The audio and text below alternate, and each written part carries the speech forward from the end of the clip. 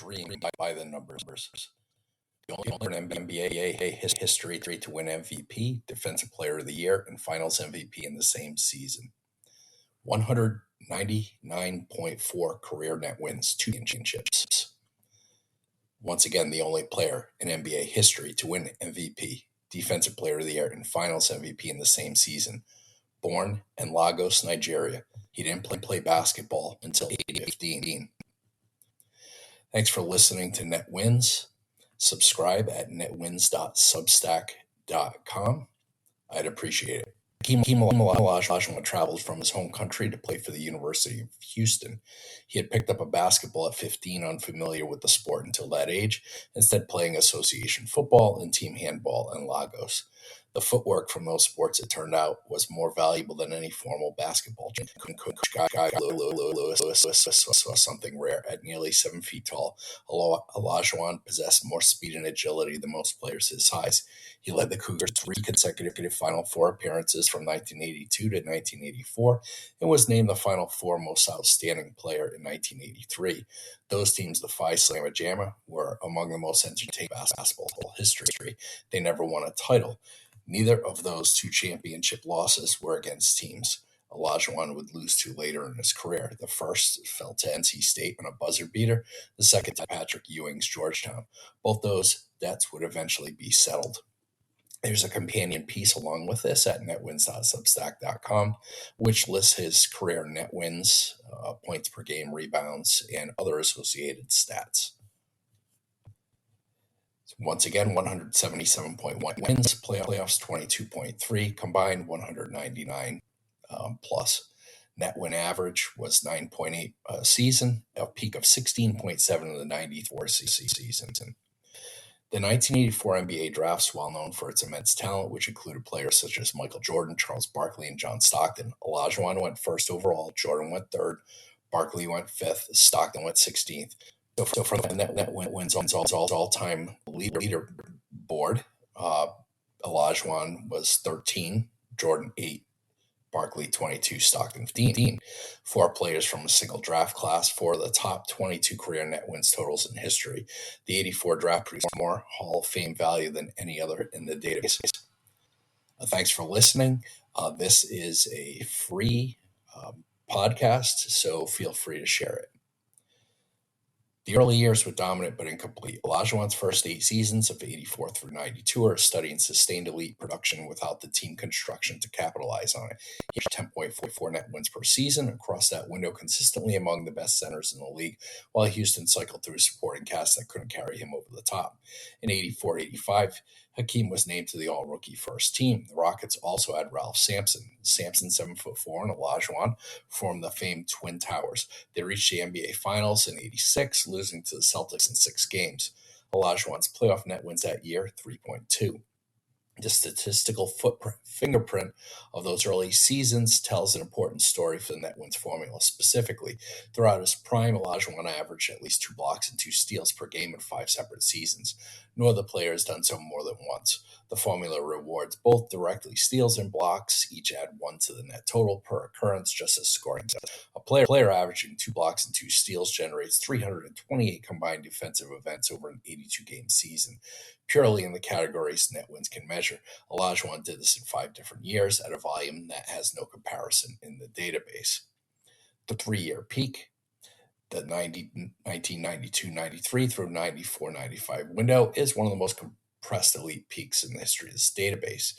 In those 3 seasons, he produced 47.3 net wins, an average of 15.8-point season. For context, SGA, the best player in basketball this past season, produced 13.1 regular season net wins in his this season. Olajuwon averaged 15.8 across 3 consecutive years in his early 30s. The 93-94 season stands alone. He had a storybook season. That was the year he became the first player to be named NBA MVP, Defensive Player of the Year, and Finals MVP in the same season. He stood at the podium for all 3 awards and raised the Larry O'Brien Trophy. His 16.7 net wins that season is his peak figure in the Explorer at 27.3 points, 11.9 rebounds, 3.7 blocks, 1.6 steals, and 52.8% shooting.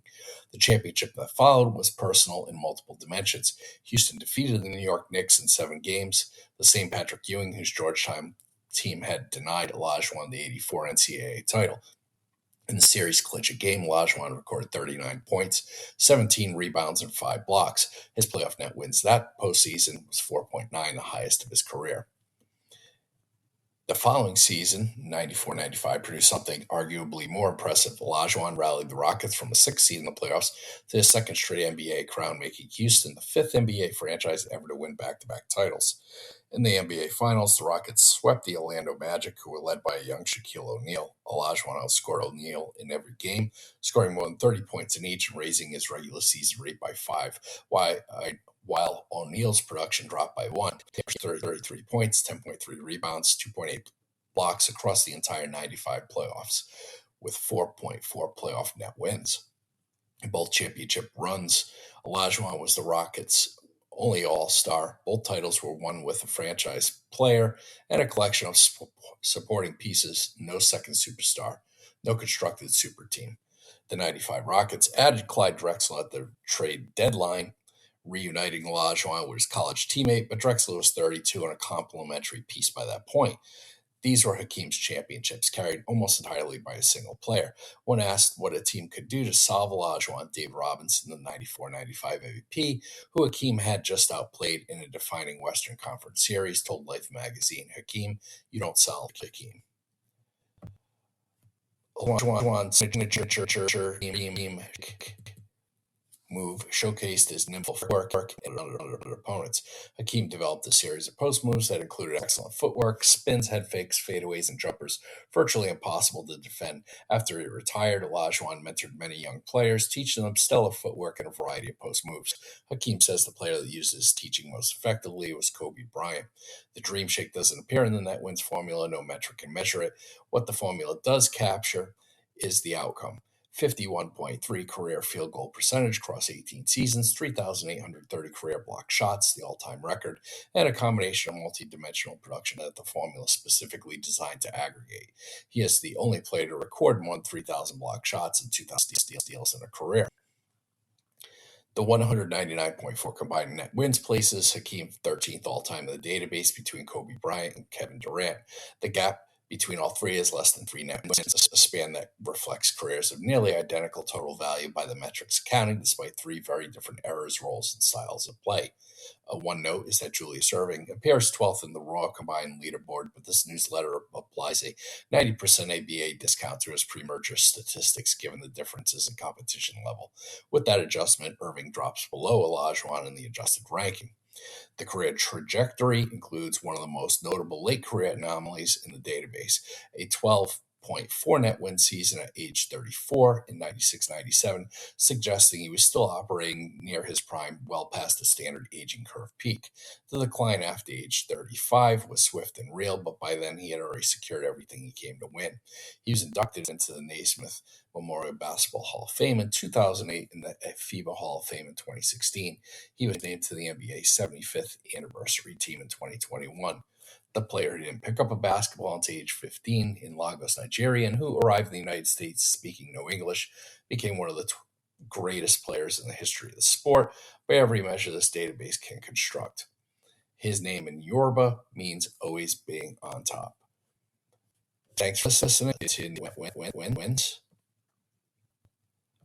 I appreciate it.